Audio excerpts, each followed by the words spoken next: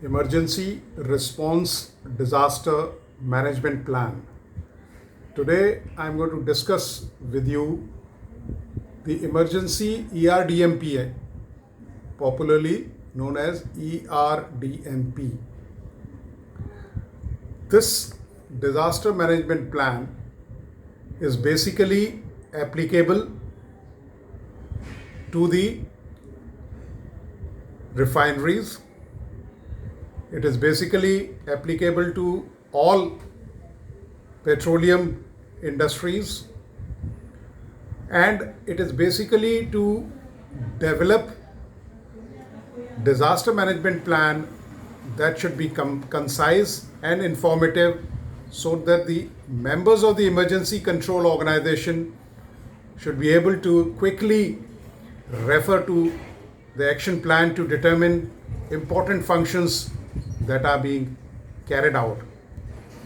It is also to manage an emergency and not to use ERDMP just as a reference or as an event or as a training event which the companies generally ticket. It is also to reduce damage to property, machinery, public and environment.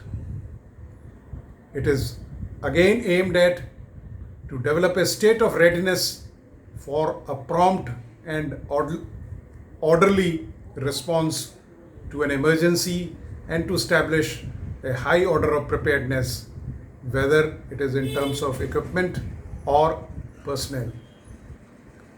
It is basically to provide incident management organogram with clear missions and lines of authority.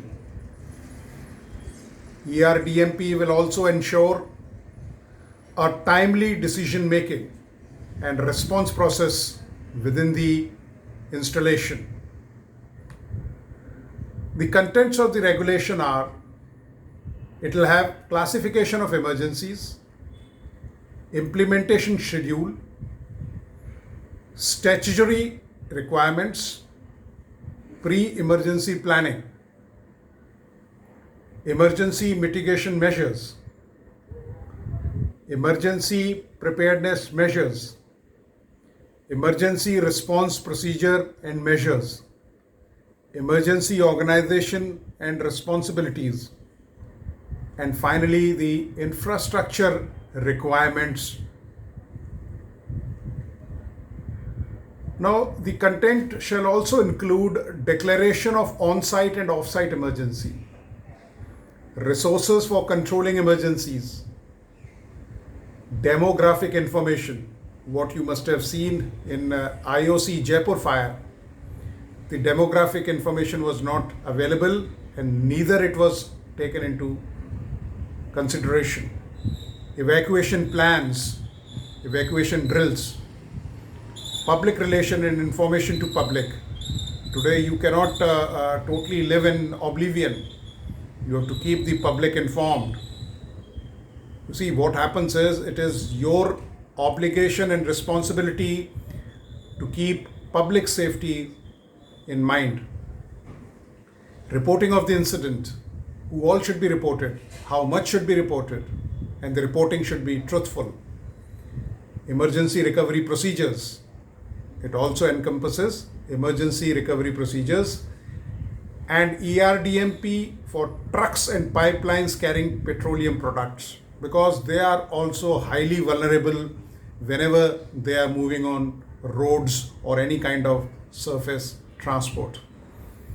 Integration of ERDMP with National Disaster Management Authority, their guidelines and advisories, and action plan on chemical disasters with special reference to industrial disasters. Then the security threat plan and action plan to meet any kind of eventualities should be worked out. Now, there are classification of emergencies, we all are aware. I will not labor much on that. You have level 1 emergency. This emergency or an incident can be handled safely and managed by the installation itself with their in-house resources. Level 2 is an emergency or an incident which cannot be effectively and safely managed or contained at the location, and it will require additional support as alerted from the neighboring installations or other sister organizations. And the third level is level 3, where you require assistance from the civil administration, from the district administration, and it is going to affect the nearby areas, the environment, and the biodiversity. Although the level 3 emergency falls under the purview of the district authority, but till they step in, the installation is required to contain it.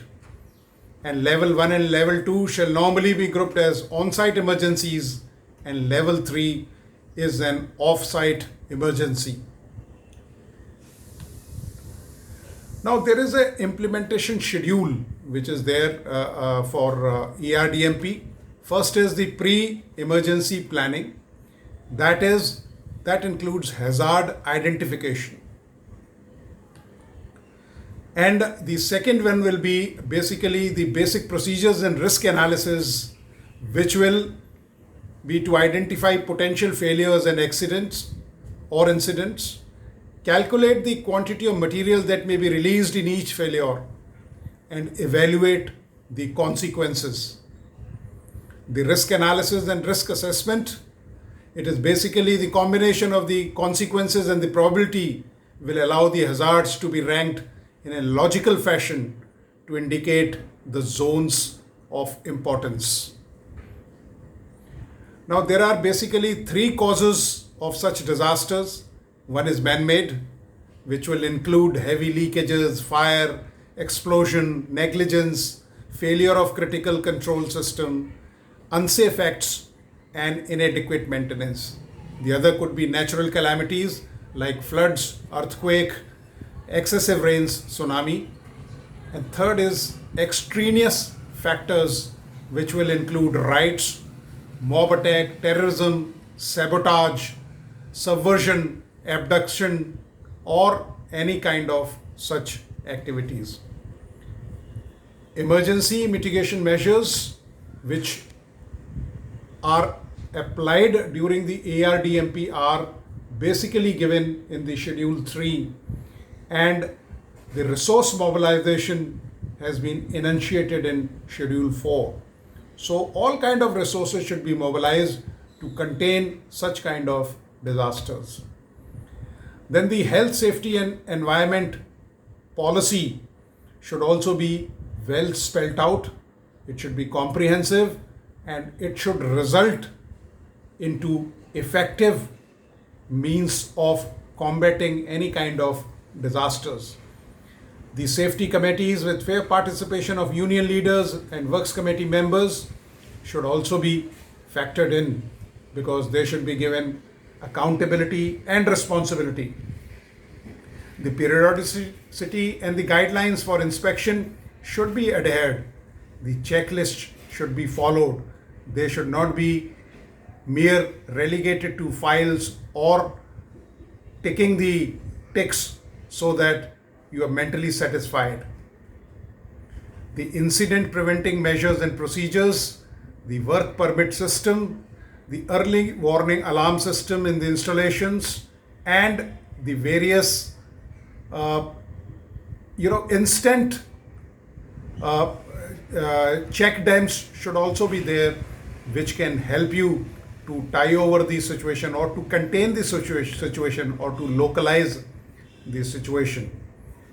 The incident preventing measures and procedures also include fire protection, drill for visitors, backup of safety equipment and instructions, and the setting up of safety MIS system is the responsibility of the chief executive officer or the head of the organization. So now we have realized that everything is in place. What we require is that constant practice. People should be made aware. People should be put to test. The resources and the material should be examined, it should be tested. And I'm sure if we follow these instructions, we are going to have a safe environment and a healthy working environment